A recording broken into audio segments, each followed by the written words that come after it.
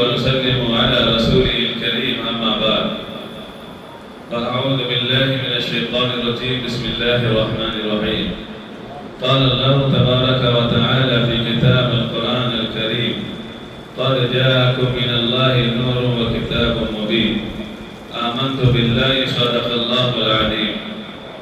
آپ لوگ سوچ رہے ہوں گے ہر روز قد جاءكم من الله نور کی آیت ہی پڑھی جا رہی ہے. میں بتاؤں اگر قد جاءكم من الله نور لفظ نور پر اگر میں بات کروں یا کوئی صحیح عالم دین بات کرنے لگے مہینہ ختم ہو جائے گا لیکن نور کی بات ختم نہیں ہوگی. ابھی تو نور آدم سے اللہ کی ذات سے چلا، آدم سے انبیاء سے ہوتے ہوئے عبداللہ اور حضرت آمنہ کے شکم مبارک میں ہے. نواں مہینہ ہے، حضرت عیسیٰ علیہ السلام نے بشارت دے دی. بات شروع کرنے سے پہلے آج سمجھ میں نہیں آ رہا میں کہاں سے شروع کروں کہاں ختم کروں، کیا کیا آپ کو سنا دوں. درود شریف پڑھ لیجیے. اللہم صلی علی سیدنا و مولانا محمد معدن الجود والکرم وابن الکریم وبارک وسلم. صلاۃ و سلام علیک یا رسول اللہ صلی اللہ علیہ وسلم. شاعر کہتے ہیں یا رسول اللہ سنا ہے آپ ہر عاشق کے گھر تشریف لاتے ہیں. سبحان اللہ.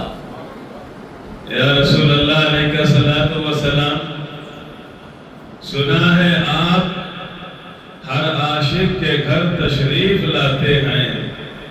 میرے گھر میں بھی ہو جائے چراغاں یا رسول اللہ.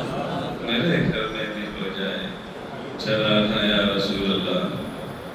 آپ نے سنا ہوگا ایک محدث ہیں حضرت شاہ ولی اللہ دہلوی، ان کے والد ہیں عبد الرحیم رحمت اللہ علیہ.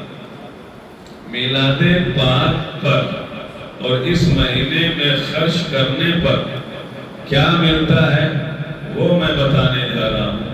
حضرت شاہ ولی اللہ محدث دہلوی رحمت اللہ علیہ کے والد بزرگوار فادر ان کے پتا ہر سال ربیع الاول شریف کی 12ویں تاریخ کو، اور یہ کوئی ضروری نہیں کہ ہم 12ویں ہی کو خاص کریں، پہلی کو، دوسری کو، تیسری کو، پورے مہینے کبھی بھی آپ ولادت رسول کی خوشی بنا سکتے ہیں، بلکہ میں تو کہتا ہوں پورا سال بنا سکتے ہیں.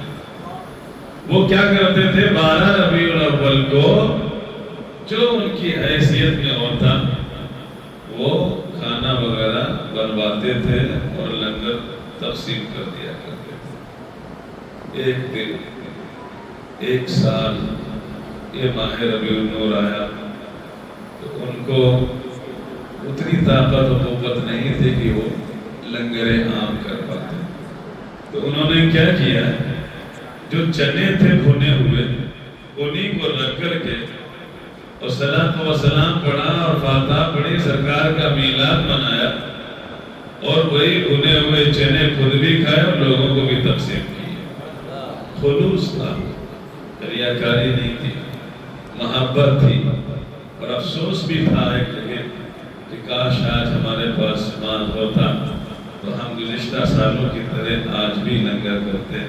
کوئی بات نہیں ہے، ہم حاضر کینسل نہیں کریں گے، غائب نہیں کریں گے، کچھ نہ صحیح اللہ نے آج ہمیں یہ چنے عطا فرمائے ہیں، ہم انہی پر میلاد مصطفیٰ پڑھیں گے اور میلاد مصطفیٰ منائیں گے، خود بھی کھائیں گے، لوگوں کو کھلائیں گے. اللہ اکبر. آ کے سنیے، ایمان تازہ ہو جائے گا.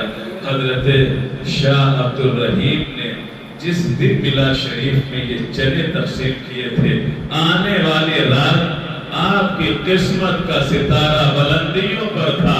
آپ بستر پر تشریف لے گئے، جیسے میں نے خواب ہوئے کیا دیکھتے ہیں سید الانبیاء جناب محمد رسول اللہ خواب میں تشریف لے آئے ہیں اور کیا دیکھتے ہیں حضرت عبد الرحیم سامنے ہیں، سرکار تشریف فرما ہے اور جو انہوں نے جس برتن میں چنے رکھے ہوئے تھے سرکار کے سامنے رکھے ہوئے ہیں اور سرکار اس کو تناول فرما رہے ہیں اور مسکرا بھی رہے ہیں.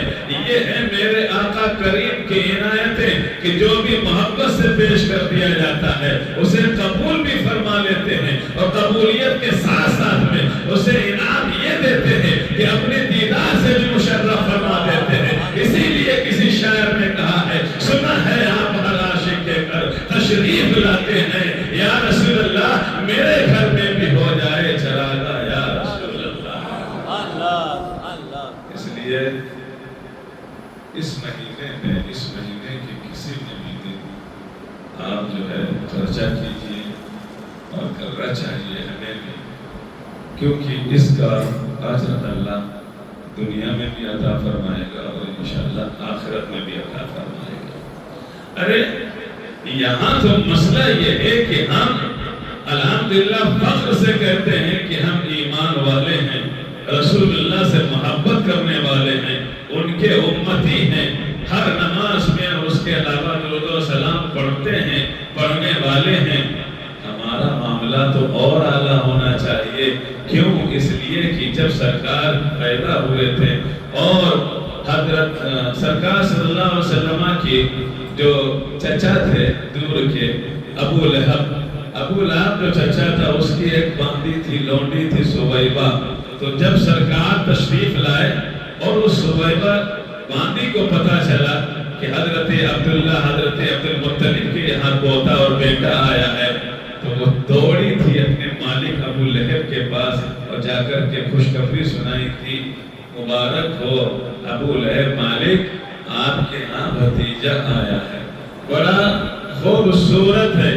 ابو لہب نے جب یہ سنا تھا تو اس نے اشارہ کیا تھا، انت حرہ، تو آزاد ہے، آج سے باندھی نہیں ہے، تو نے بھتیجے کی خوشخبری دی ہے۔ وہ کافر تھا، مشرک تھا، ایسا کافر، اتنا بڑا کافر تھا کہ آپ قرآن کریم کا 30واں پارہ اٹھا کر کے سورہ لہب پڑھ لیجئے، تبت یدا ابی لہب وتب ما اغنی عنہ مالہ وما کسب سیصلی نارا ذات لہب وامرأتہ حمالۃ الحطب فی جیدہا حبل من مسد۔ جس کافر سڑے ہوئے مشرک کی جو ہے بارے میں قرآن کی پوری سورت اللہ اس کو ذلت و خاری کے اعتبار سے نازل فرما دے، اور اس کے اندر کہا جائے کہ ابو لہب تباہ و برباد ہو جائے، ابو لہب کے دونوں ہاتھ ٹوٹ جائیں۔ جب ایسا سڑا ہوا کافر و مشرک اللہ کے رسول صلی اللہ علیہ وسلم کی ولادت پر خوشی مناتے ہوئے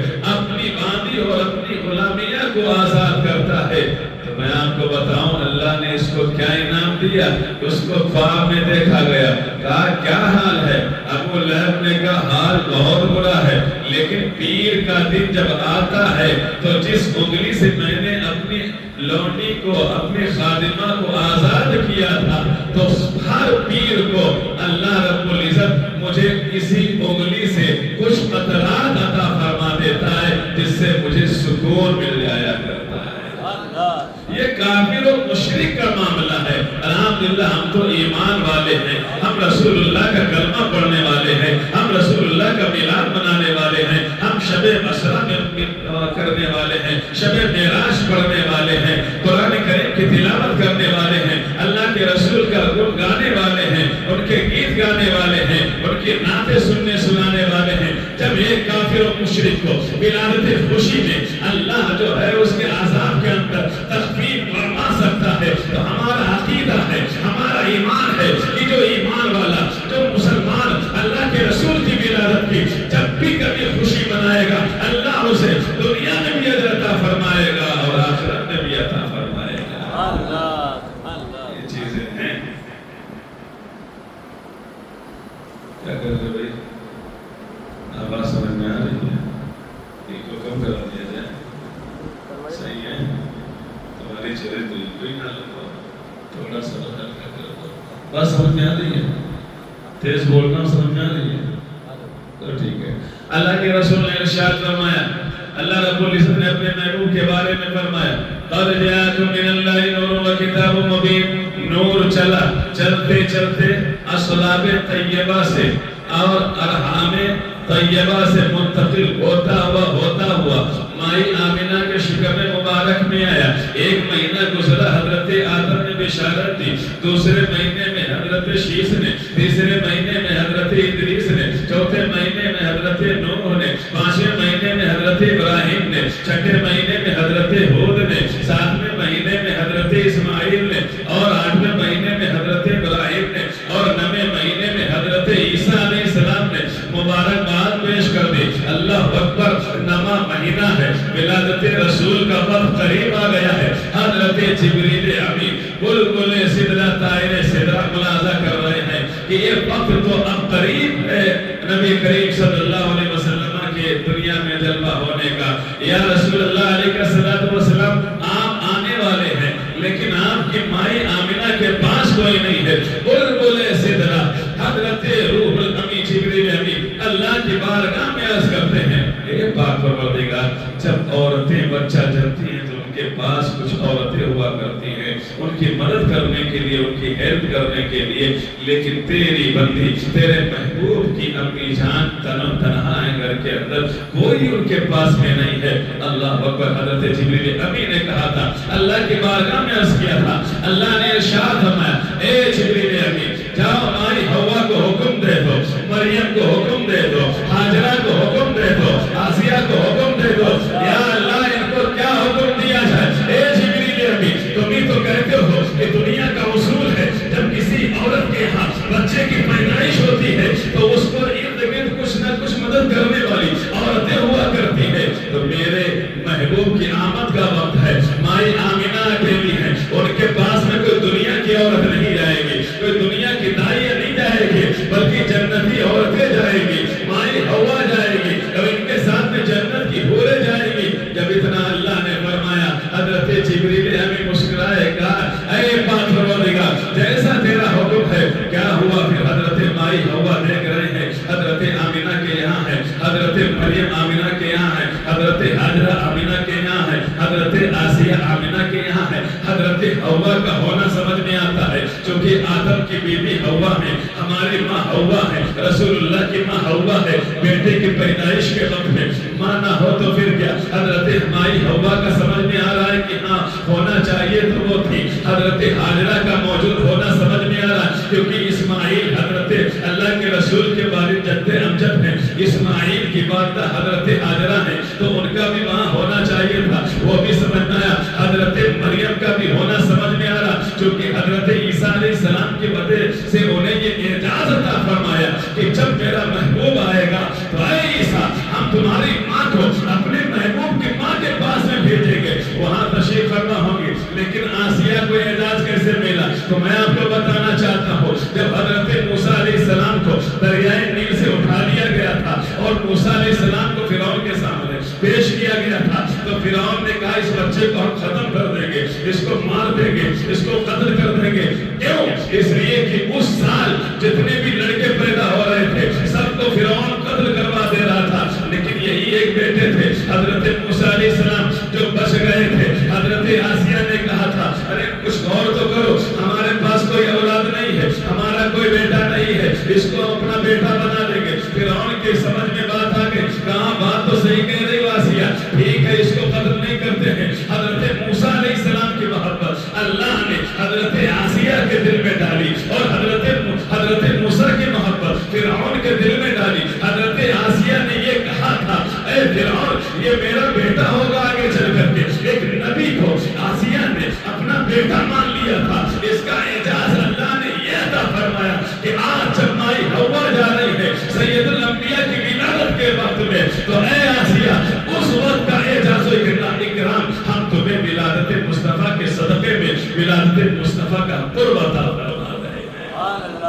حضرت حوا، حضرت ہاجرہ، حضرت آسیہ، حضرت مریم، یہ مقدس خواتین جو انبیاءوں کی مائیں ہیں، یہ پہنچی اور ان کے ساتھ میں جنتی حوریں بھی ہیں۔ اللہ اکبر، کیسا متبرک وہ گھر ہوگا، کیسی متبرک وہ ساتھیں ہوں گے۔ آؤ حضرت آمنہ سے بھی کچھ پوچھ لیتے ہیں، اے ماں آمنہ، اے سید الانبیاء کی امی جان ذرا بتاؤ تو صحیح، سید الانبیاء آئے تو کس شان سے آئے؟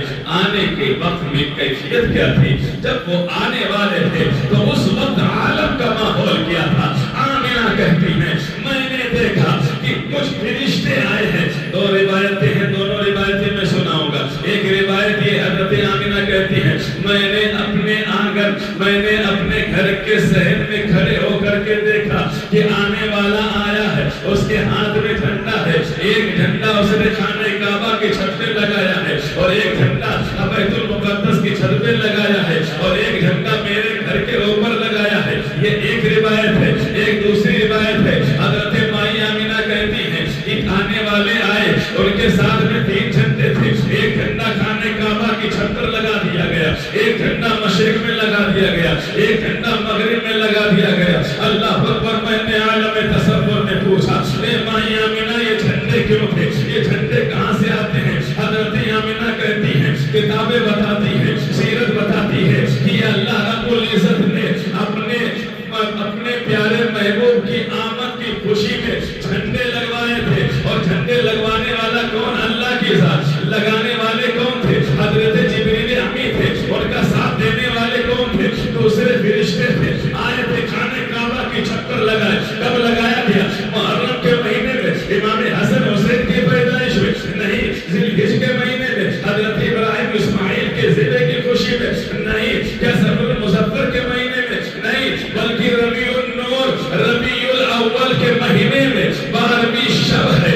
اللہ کے رسول صلی اللہ علیہ وسلم کی آمد کی گھڑیاں صبح صادق کی قریب ہوتی جا رہی ہے. اللہ نے حکم فرمایا اے جبریل میرا محبوب پہنچ رہا ہے, اس کے آنے کی خوشی میں ایسا کرو جھنڈے لے جاؤ, ایک گھنٹہ میرے گھر میں لگا دو, ایک گھنٹہ مشرق میں لگا دو, ایک گھنٹہ مغرب میں لگا دو. اے جبریل خیال رہے جھنڈے کالے رنگ کے نہیں ہونے چاہیے, جھنڈے ہرے رنگ کے نہیں ہونے چاہیے, بلکہ جھنڈا اگر ہو تو سفید کلر کا ہو. حضرت جبریل امی نے آ کر کے فرشتوں کا ساتھ لے کر کے ان تینوں جگہوں پر جھنڈا لگا دیا.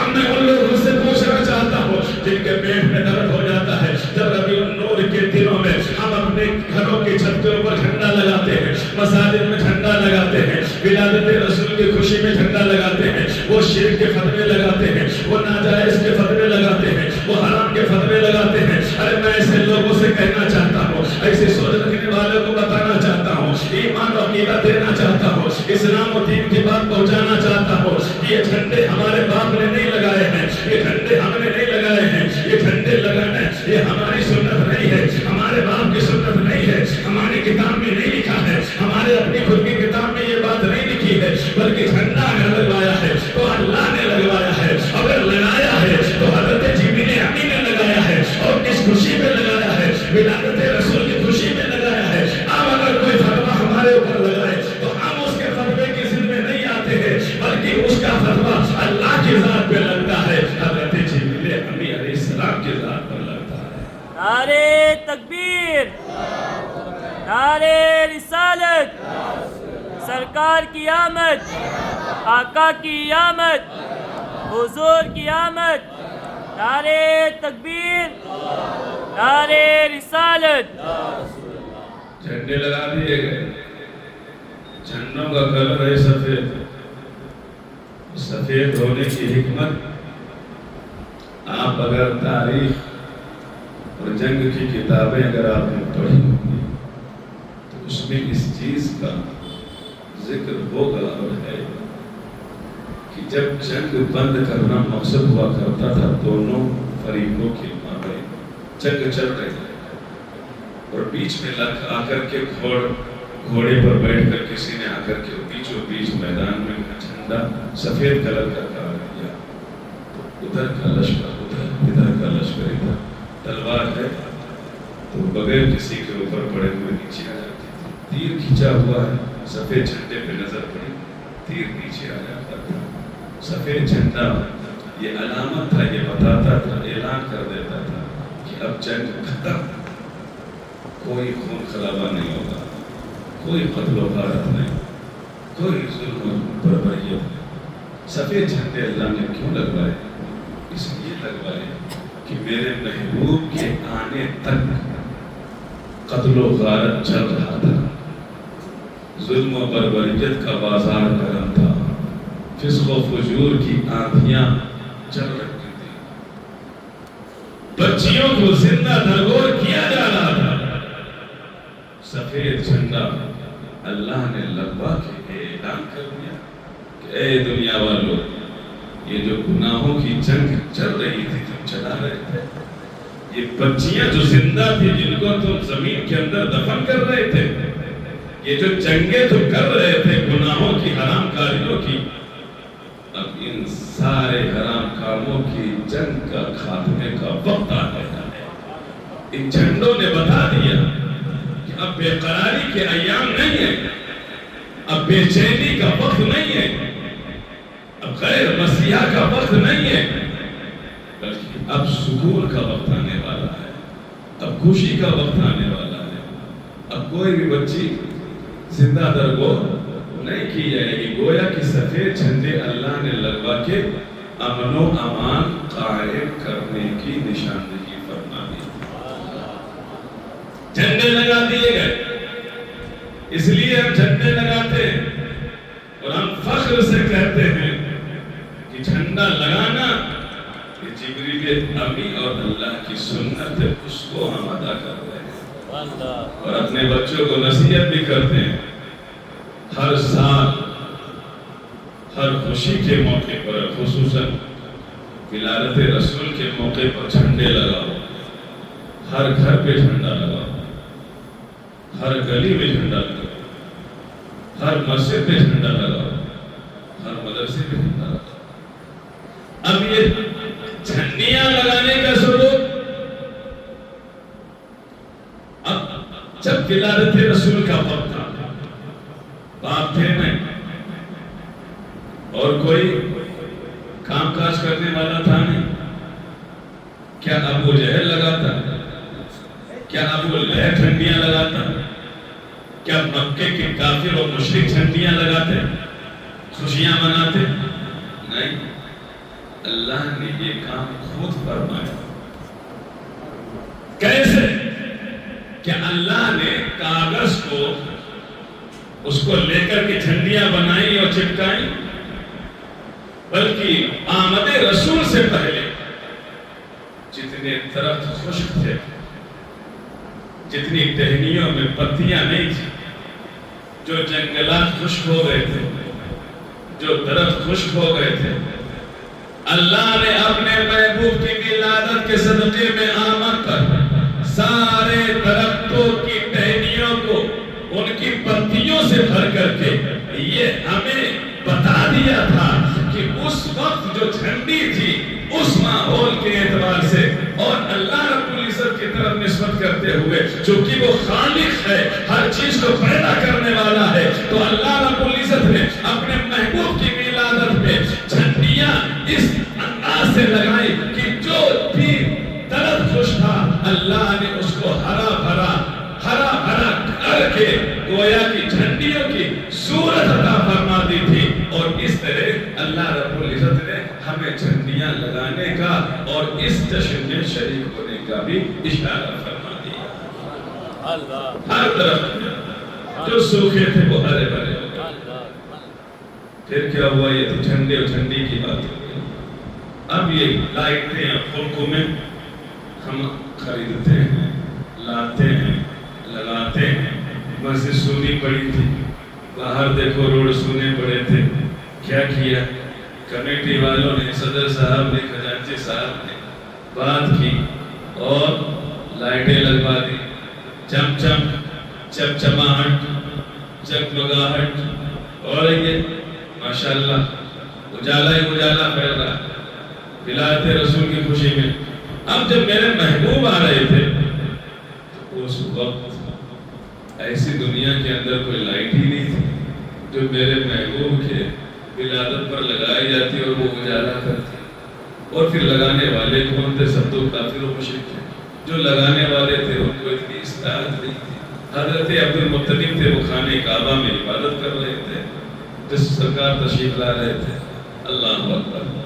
حضرت آمینہ سے پوچھتے ہیں، اے ماں آمینہ بتاؤ تو صحیح، آپ کا لبتے جگر جب آ رہا تھا تو پھر یہ لائٹوں کا انتظام کیسے ہوا، کیا ہوا، کچھ بتاؤ۔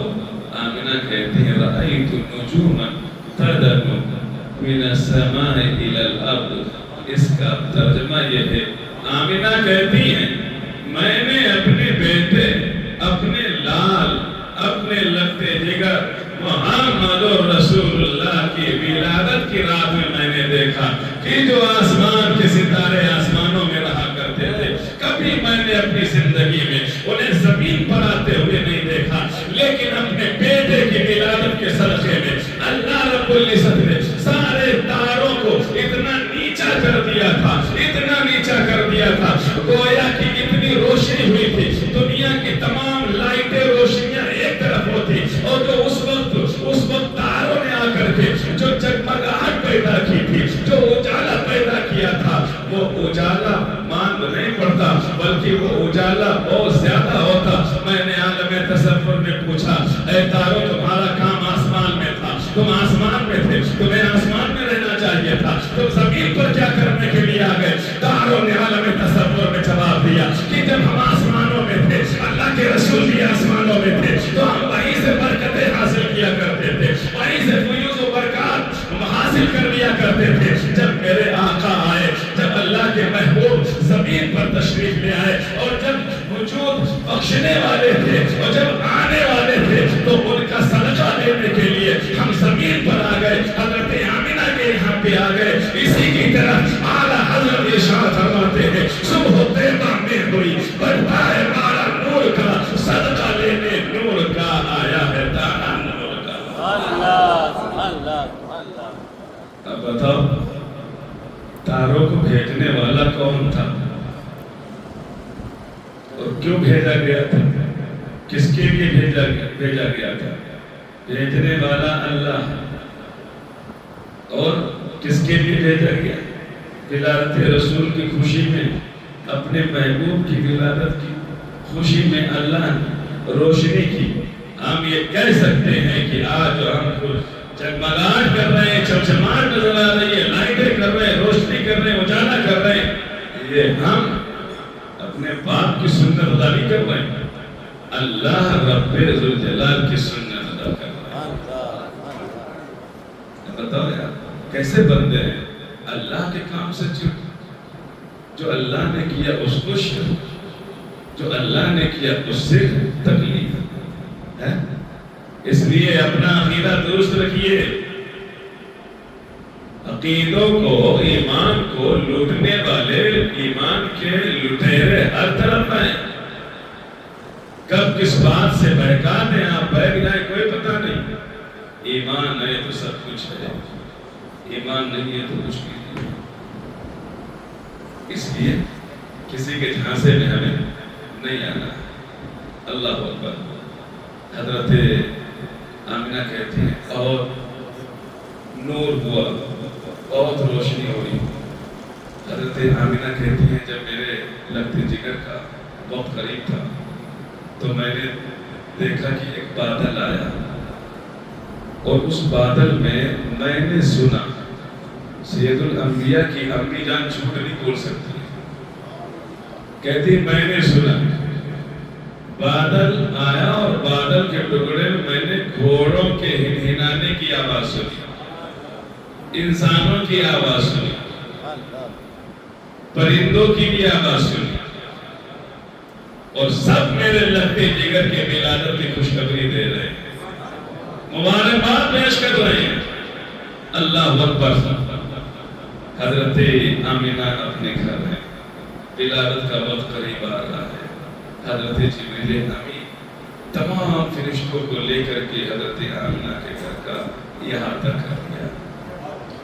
میں نے کل ذکر کیا تھا وہ جو لائبریری ہے یہ لائبریری نہیں تھی، یہاں پر سرکار کی ولادت کے بعد، سرکار کے ظاہری دنیا سے وصال ہو جانے کے بعد وہ جگہ کئی سالوں تک بڑی اچھے انداز میں رہی، اور اس میں لوگ جایا کرتے تھے، نماز پڑھتے تھے، درود و سلام پڑھتے تھے، اور ولادت رسول کے وقت میں وہاں بہت چین و ہوا کرتی تھی۔ لیکن نجدیوں کو یہ راس نہیں آیا، انہوں نے ان سب کو ہٹا کر کے اور وہاں پر ہی لائبریری بنا دی۔ سوچا کہ لائبریری بنا دیں گے، تارا کوئی اعتراض نہیں کرے گا۔ لائبریری جنت البقیع ایسے تھوڑی نہ تھی، جنت البقیع میں بہت سارے گنبد تھے، بہت سارے مزارات تھے، سب توڑ کر کے انہوں نے برابر وہ جگہ کتنی متبرک ہوگی دیکھے تو صحیح. آمینہ ہے, اندر جنت کی حوریں ہیں, حوا ہیں, مریم ہیں, حاضرہ ہیں, آسیہ ہیں, اور اس گھر کو حضرت جبریل امی 1,000 نہیں 70,000 فرشتوں کی جماعتیں ہیں آمینہ کے گھر کو گھیرے ہوئے لیے ہوئی ہے. رحمت و انوار کی بارشوں کا نزول ہو رہا ہے اور صلاۃ و سلام کے نغمے سنے اور سنائے جا رہے ہیں. حضرت آمینہ کہتی ہیں ولادت کا جب وقت تھا صبح صادق کا, ایسے ایسے پرندے آئے میں نے اپنی کبھی زندگی میں نہیں سنے تھے. اور آمینہ دیکھو اللہ نے اپنے محبوب کی والدہ کو کیسی عقل اور کیسی سمجھ عطا فرمائی کہ جو پرندے بولتے تھے ابھی نبی کی امی ان کی بولی سمجھ لیا کرتی تھی. آپ فرماتی ہیں بڑے خوبصورت چھوٹے چھوٹے بڑے بڑے پرندے آ کر کے شہر میں گھوم کر کے چکر لگا کر کے گویا کہ وہ آ رہے تھے اور ولادت رسول کے وقت اللہ کے رسول صلی اللہ علیہ وسلم کی آمد کی آمینہ کو خوشخبری دے کے جا رہے تھے اور اپنی زبان میں سرکار صلی اللہ علیہ وسلم پر درود و سلام پڑھ رہے تھے. لوگ کہتے ہیں صلاۃ و سلام نہ پڑھو. میں نے تو کل ایک چیز ذکر نہیں کی تھی, ٹائم بھی ہو گیا تھا, آج بھی ٹائم ہو گیا, کہ آمینہ کہتی ہے کہ جب میں پانی بھرنے کے لیے جایا کرتی تھی اور جب میں واپس آیا کرتی تھی تو ایک آواز آتی تھی السلام علیکم یا قوم سید المرسلین, اے سید المرسلین کی امی جان آپ پر درود و سلام ہو. آمینہ دیکھتی ہے پہلے دن ڈر گئی, دوسرے دن پھر جو ہے ان کو لگا پتہ نہیں کہاں سے آواز آ رہی, پھر انہوں نے ہمت کی کہ دیکھیں یہ آواز کہاں سے آ رہی, تو دیکھتے گھر کے پیچھے جو ایک پہاڑی نما ٹیلا تھا اس پہ ایک پتھر تھا. آمینہ کہتی ہے کہ اس پتھر سے آواز آ رہی تھی. اب بتاؤ یار یہاں پہ سوچنے والی بات ہے, ایک وہ جس کے پاس نہ عقل ہے نہ زبان ہے نہ کچھ ہے, لیکن پھر بھی وہ جو ہے اللہ کی طرف سے قوت گویائی عطا فرماتی, وہ سلام پڑھ رہا ہے, درود بھیج رہا ہے. ہم وَلَقَدْ كَرَّمْنَا بَنِي آدم کا تاج اللہ نے ہمارے سروں پر رکھا ہے. جتنی بھی دنیا کے اندر مخلوقات ہیں ان سب میں اگر اشرف و اعلیٰ کوئی مخلوق ہے تو وہ حضرت انسان ہے. لیکن حضرت انسان میں بھی وہ حضرت پتہ نہیں کیسے حضرت ہیں جو بتاؤ پتھر تو سلام پڑھے اور یہ حضرت انسان سلام نہیں پڑھ رہا. پتھر تو جائز سمجھ رہا, جائز کہہ رہا ہے, پڑھ رہا ہے, لیکن یہ حضرت انسان پتہ نہیں کیسے کہ ناجائز کہہ رہے ہیں, حرام کہہ رہے ہیں, شرک کہہ رہے ہیں, بدعت کہہ رہے ہیں. تو اب انسان بہتر ہے ایسا کہ وہ پتھر بہتر ہے جو سید الانبیاء پر درود و سلام بھیج رہا ہے. ظاہر سی بات ہے پتھر بہتر ہے. اللہ اکبر. حضرت آمینہ کہتی ہیں, حضرت آمینہ بیان کرتی میں نے بہت عجیب و غریب چیزیں. پھر کیا ہوا, حضرت جبریل علیہ السلام آئے اور بلند آواز سے وہاں پر دروازے کے پاس میں کھڑے ہو کر کے اپنے ہاتھوں کو باندھ کر کے اور پھر اپنے سر کو جھکا کر کے تمام فرشتے آپ کے پیچھے ہیں, حضرت جبریل ابھی سید الملائکہ سامنے ہے, ہاتھوں کو کھڑے ہیں اللہ اکبر باندھے ہوئے. کیسی وہ کھڑی ہوگی, کیسی وہ سعادت ہوگی. سید الانبیاء کا وجود ظاہری تشریف آنے والا ہے, وہ لانے والے ہیں. جبریل امی آمینہ کے یہاں پہ تشریف فرما ہے اور جنتی حوریں بھی ہیں اور فرشتے بھی موجود ہیں. اب حضرت جبریل امی علیہ السلام عرض کرتے ہیں اس گھر یا سید المرسلین, ایک گھر یا رحمت للعالمین, اے سید المرسلین اب تشریف لے آئیے, اے رحمت للعالمین اب آپ کے آنے کا وقت ہو گیا ہے. اللہ اکبر. ادھر یہ صدائیں بلند ہو رہی تھی, ادھر حضرت عبد المطلب خانہ کعبہ میں تھے. حضرت جبریل امی جو ہے سرکار کو بلا رہے ہیں, سرکار تشریف لا رہے ہیں. حضرت عبد المطلب خانہ کعبہ میں ہے. حضرت عبد المطلب کہتے ہیں میں نے دیکھا خانہ کعبہ کو وجد آ گیا, خانہ کعبہ جھومنے لگا, ایسا لگا کہ خانہ کعبہ میں جنبش آئی ہے, حرکتیں ہونے لگی ہیں. حضرت عبد المطلب کہتے ہیں کوئی آندھی نہیں ہے, کوئی طوفان نہیں ہے, کوئی زلزلہ نہیں ہے. عمارتیں تو آندھیوں میں ہلتی ہیں, عمارتیں تو زلزلے میں ہلتی ہیں. ابھی نہ کوئی زلزلہ ہے, نہ طوفان ہے, نہ آندھی ہے, نہ بارش ہے, نہ کچھ ہوا ہے اس طرح. پھر یہ حرکت کیسی ہے؟ پھر حضرت عبد المطلب دیکھتے ہیں, غور کرتے ہیں کہ کعبہ کی عمارت جو ہے وہ وہ جھکی ہے تو دیکھا کہ نہ ادھر جھکی نہ ادھر جھکی بلکہ اس سمت کی جانب اس سمت جھکی ہے جس سمت حضرت عبداللہ حضرت آمنہ کا گھر ہے حضرت عبد المطلب کا گھر ہے اللہ اکبر حضرت عبد المطلب نے ابھی قدم بڑھایا ہی تھا کسی نے آ کر کے کہا عبد المطلب مبارک ہو تمہارے یہاں ایک بہت ہی ہونہار خوبصورت بہت جو ہے چہیتا بہت پیارا لاڈلا پوتا آیا ہے تمہارے بیٹے عبداللہ کا لمبے جگر آیا ہے اللہ اکبر حضرت سید الانبیاء صلی اللہ علیہ وسلم کے والد بزرگوار کے والد بزرگوار حضرت عبد المطلب مسکرا دیے سمجھ گئے اللہ اکبر سمجھ گئے کہ یہ خانہ کعبہ جو ہے یہ گر نہیں رہا تھا یہ گرنے والا نہیں تھا اس کا مطلب یہ ہے کہ جب آمنہ کے یہاں محبوب الانبیاء کی ولادت ہو رہی تھی تو یہ خانہ کعبہ گویا کہ رسول اللہ کو سجدہ کرنے کے لیے مچل رہا تھا جھک رہا تھا سلامی پیش کر رہا تھا درود کے نذرانے پڑھنا چاہ رہا تھا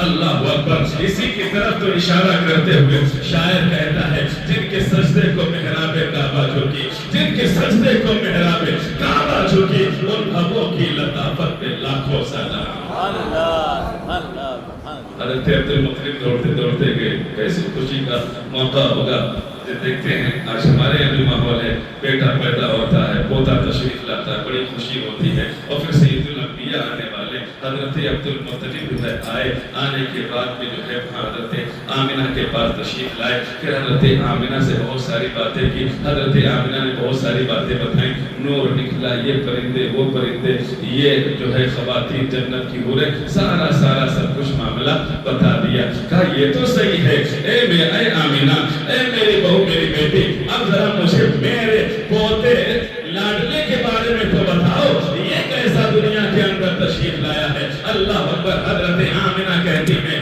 بابا جان جیسے اور بچے آتے ہیں اس طرح یہ بیٹا لاڈلا یہ پوتا تمہارا نہیں بلکہ اس کے آنے کا الگ انداز تھا اس کے آنے کا ایک الگ انوکھا انداز تھا بتاؤ تو صحیح کہو کیا انداز اور بچے پیدا ہوتے ہیں تو وہ نجاست میں سٹے ہوئے ہوتے ہیں نجاست میں لپٹے ہوئے ہوتے ہیں انہیں خون لگا ہوا ہوتا ہے یا پانی لگا ہوا ہوتا ہے لیکن جب تمہارا پوتا دنیا میں تشریف لایا ہے تو پھر بالکل صاف و ستھرا تشریف لایا ہے اس کی آنکھوں میں سرما لگا ہوا تھا اس کے بال سلجھے ہوئے تھے گویا کہ کسی نے کنگھی کی ہو اس کے جسم میں خوشبو آ رہی تھی اور بابا جان سب سے مزے کی بات تو یہ ہے سب سے مزے کی بات تو یہ ہے دنیا میں آنے والا جب آتا ہے تو روتا ہوا آتا ہے چیخے مارتا ہوا آتا ہے روتے ہوئے آتا ہے بلبلاتے ہوئے آتا ہے پریشان ہوتے ہوئے آتا ہے بے چین آتا ہے بے قرار آتا ہے لیکن جب آپ کا پوتا آیا ہے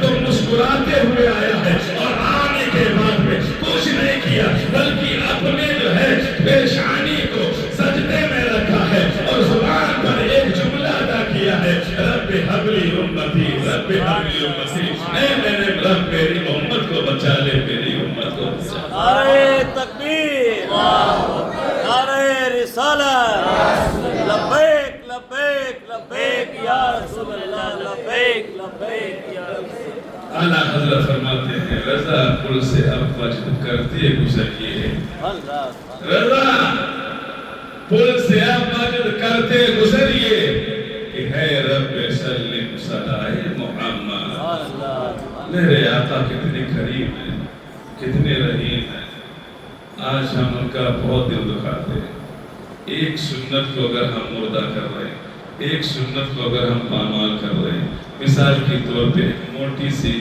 بات نہیں کسی کو طنز کر کے نہیں مثال کے طور پہ سنت ہے داڑھی رکھنا اب اگر بتاؤ وہ محبوب وہ ہمارے آقا جب دنیا میں تشریف لائے تو انہوں نے ہمیں یاد کیا جب تک دنیا میں رہے تب بھی یاد کیا اور جب قبر شریف میں تشریف لے گئے تب بھی یاد کیا اور جب معراج میں تشریف لے گئے تو فاطمہ حسن و حسین کو یاد نہیں کیا گنہگار امت کو یاد کیا وہ نبی ہر وقت ہمیں یاد کیا ہمیں کتنا یاد کرتے ہیں ہم کتنا درود بھیجتے ہیں ہماری مسجد کے اندر ہر جمعرات کو درود شریف کی مجلس ہوتی ہے ہم اپنی آنکھوں سے منظر دیکھتے ہیں ہونا تو یہ چاہیے سید الانبیاء کی مجلس سے، درود شریف کی مجلس سے ہم یہ جو ہے ان کی بارگاہ میں نذرانہ پیش کر رہے ہیں، تو ہمیں تو چاہیے خوب شوق اور ذوق کے ساتھ خوب کثیر تعداد میں آئیں سید الانبیاء کو جو ہے خوش کرنے کے لیے۔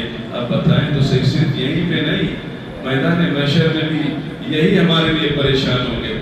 آدم سے لے کے عیسیٰ روح اللہ تک، آج کی عدالتوں میں، آج کچہریوں میں چلے جاؤ، تھانوں میں چلے جاؤ، اور جو ہے چوکیوں میں، کوتوالیوں میں، جیسے مجرم بیٹھ جاتا ہے پیچھے ہاتھ کر دیے جاتے اور گھٹنوں کے بل لا کر کے اس کو بٹھا دیا جاتا ہے۔ میدان محشر کی ایسی سختی ہوگی، حضرت عیسیٰ روح اللہ اولو العزم رسولوں میں سے ایک رسول ہے، ان کی حالت یہ ہوگی کہ یہ بھی گھٹنوں کے بل آ جائیں گے اور جنبش ہلانے کی طاقت نہیں ہوگی۔ ایسے ماحول میں ہم گنہگاروں کو اگر کوئی دیکھنے والی ذات ہوگی وہ ہمارے اور آپ کے آقا محمد رسول اللہ کی ذات ہوگی۔ سارے نبی کہیں گے اذهبوا الى غيره، مگر آپ ہی کے لب پر ہوگا انا اللہ۔ داڑھیاں ہم چڑھاتے ہیں، چڑھانے کے بعد میں پھینک دیتے ہیں، داڑھیاں کٹاتے ہیں پھینک دیتے ہیں۔ کہاں گئی داڑھیاں؟ سنت کا حصہ کہاں گیا؟ پتہ نہیں کہاں گیا۔ نالیوں میں گیا، گندگیوں میں گیا، نجاستوں میں گیا، گٹر میں گیا، کوئی احساس نہیں۔ روزانہ پلیٹ چلتا ہے، پلیٹ ہمارے رخسار پہ چلتا ہے، تکلیف مدینے والے آقا کو ہوا کرتی ہے۔ کیسا امتی ہے؟ صبح کو فجر پڑھنا چاہیے، قرآن کی تلاوت کرنی چاہیے۔ جس قرآن کو اپنے اوپر لینے کے لیے پہاڑ بھی تیار نہیں ہوا، پہاڑ بھی تیار نہیں ہوا، اتنا بھاری بوجھ تھا کہ کسی جانور میں طاقت نہ تھی۔ جب آخری آیت نازل ہوئی الیوم اکملت لکم دینکم واتممت علیکم نعمتی ورضیت لکم الاسلام دینا، چھٹے پارے کی آیت ہے، سورہ مائدہ کے اندر آیت ہے، آخری خطبہ تھا، حجۃ الوداع کا موقع تھا۔ آپ اپنی موٹی قصبہ پر تشریف فرما تھے، آپ جو ہے نا پسینے میں تربتر ہو جاتے، آپ کی پیشانی پہ جو ہے وہ پسینے کے قطرات آنے لگتے ہیں۔ حضرت ابوبکر سامنے ہیں، 70,000 کم و بیش موچے ٹھاٹے مارتا ہوا صحابہ کرام کا مجمع ہے، اور آقا کریم اپنی قصبہ اونٹنی سواری پر سوار ہیں، اور جب آپ جو تھوڑی دیر کے لیے خاموش ہوتے ہیں اور کیا دیکھتے ہیں، صحابہ کرام کی سرکار کو پسینہ آ رہا ہے اور بوندے پسینے کی جو ہے آپ کی پیشانی پہ موتی کی طرح چمک رہی ہے، اور جو اونٹنی ہے وہ بھی جو ہے کپ کپا رہی ہے، بلکہ وہ لپک جا رہی ہے۔ آپ کے بوجھ سے ایسا لگ رہا ہے کہ وہ بیٹھ جائے گی، اب بیٹھی اب بیٹھی اب بیٹھی۔ وقت ختم ہوا، اونٹنی بھی سیدھی سرکار کی بھی حالت اس وقت درست ہوئی، آپ کے پسینہ مبارکہ خشک ہوا۔ صحابہ کرام میں سے کسی نے پوچھا، یا رسول اللہ یہ ماجرا کیا تھا؟ اللہ کے رسول نے ارشاد فرمایا، آیت کریمہ نازل ہو رہی تھا، اس کا یہ بوجھ تھا، اس کا یہ جو ہے وزن تھا، اس وزن کو اٹھانے کے لیے اللہ نے پہاڑوں سے پوچھا تھا۔ پہاڑوں نے کہا، اے پاک پروردگار، ہم اتنے بڑے عظیم جو ہے خزانے کو اور اتنی بڑی طاقت کے مالک چیز کو ہم اپنے سینے میں نہیں سما سکتے۔ اللہ اکبر، دیکھو تو صحیح، اللہ کے رسول نے ہم گنہگاروں کے لیے اپنی یہ جتنی بڑی ذمہ داری لی، اور پھر یہ اللہ رب العزت کا کرم ہوا، اپنے محبوب کے ذریعے کرم فرمایا کہ آج مسلمان کا بچہ کہیں سننے میں آتا ہے کہ 6 سال کے بچے نے قرآن پاک مکمل حفظ کر لیا ہے، کہیں سننے میں آتا ہے 1 سال کے بچے نے 1 سال میں پورا مکمل حفظ کر لیا، کہیں سننے میں آتا ہے 7 سال کے بچے نے حفظ مکمل کر لیا، پتہ چلتا ہے 8 سال کے بچے نے 1 سال میں حفظ مکمل کر لیا۔ اللہ اکبر، اتنا بڑا خزانہ کہ وہ بچہ 8 سال کا ہے، 1 سال میں 6 مہینے میں پورا کلام اپنے سینے میں محفوظ فرما لیتا ہے۔ یہ اس کی طاقت نہیں ہے، یہ اس کے باپ کی طاقت نہیں ہے، اس کے دادا کی طاقت نہیں ہے، بلکہ یہ اللہ کا کرم ہے جو ہمیں اور ہمارے بچوں کو اللہ نے اپنے محبوب کے ذریعے عطا فرمایا۔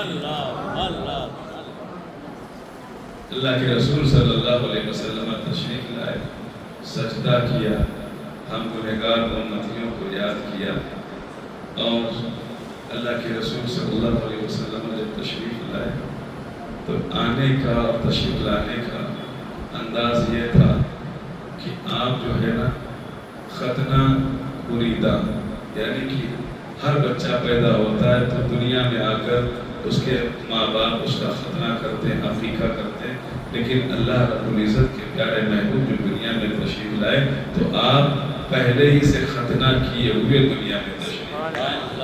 یہ اعجاز ہے، یہ خاص ہے سرکار صلی اللہ علیہ وسلم۔ اب اللہ کے رسول صلی اللہ علیہ وسلم دنیا میں تشریف لے آئے، دنیا میں تشریف لائے، آپ نے حضرت مائی آمنہ کا بھی دودھ نوش فرمایا، اور روایت میں آتا ہے کہ غالباً حضرت سبیبہ جو تھی باندھی جن کو آزاد کیا گیا، ان کا بھی دودھ پیا، ام ایمن کا بھی دودھ پیا، اور حضرت حلیمہ سعدیہ کا بھی دودھ آپ نے نوش فرمایا۔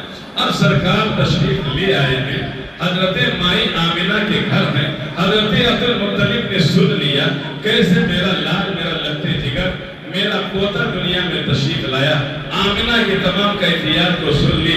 اب چونکہ تمام شہروں کے یہ معاملات ہوتے ہیں، ایسا ہی اس وقت مکہ المکرمہ میں بھی تھا کہ جب بچہ پیدا ہوتا تھا تو کھلی فضا دینے کے لیے، اچھی نشو و نما کے لیے شہر سے باہر بھیج دیا کرتے تھے۔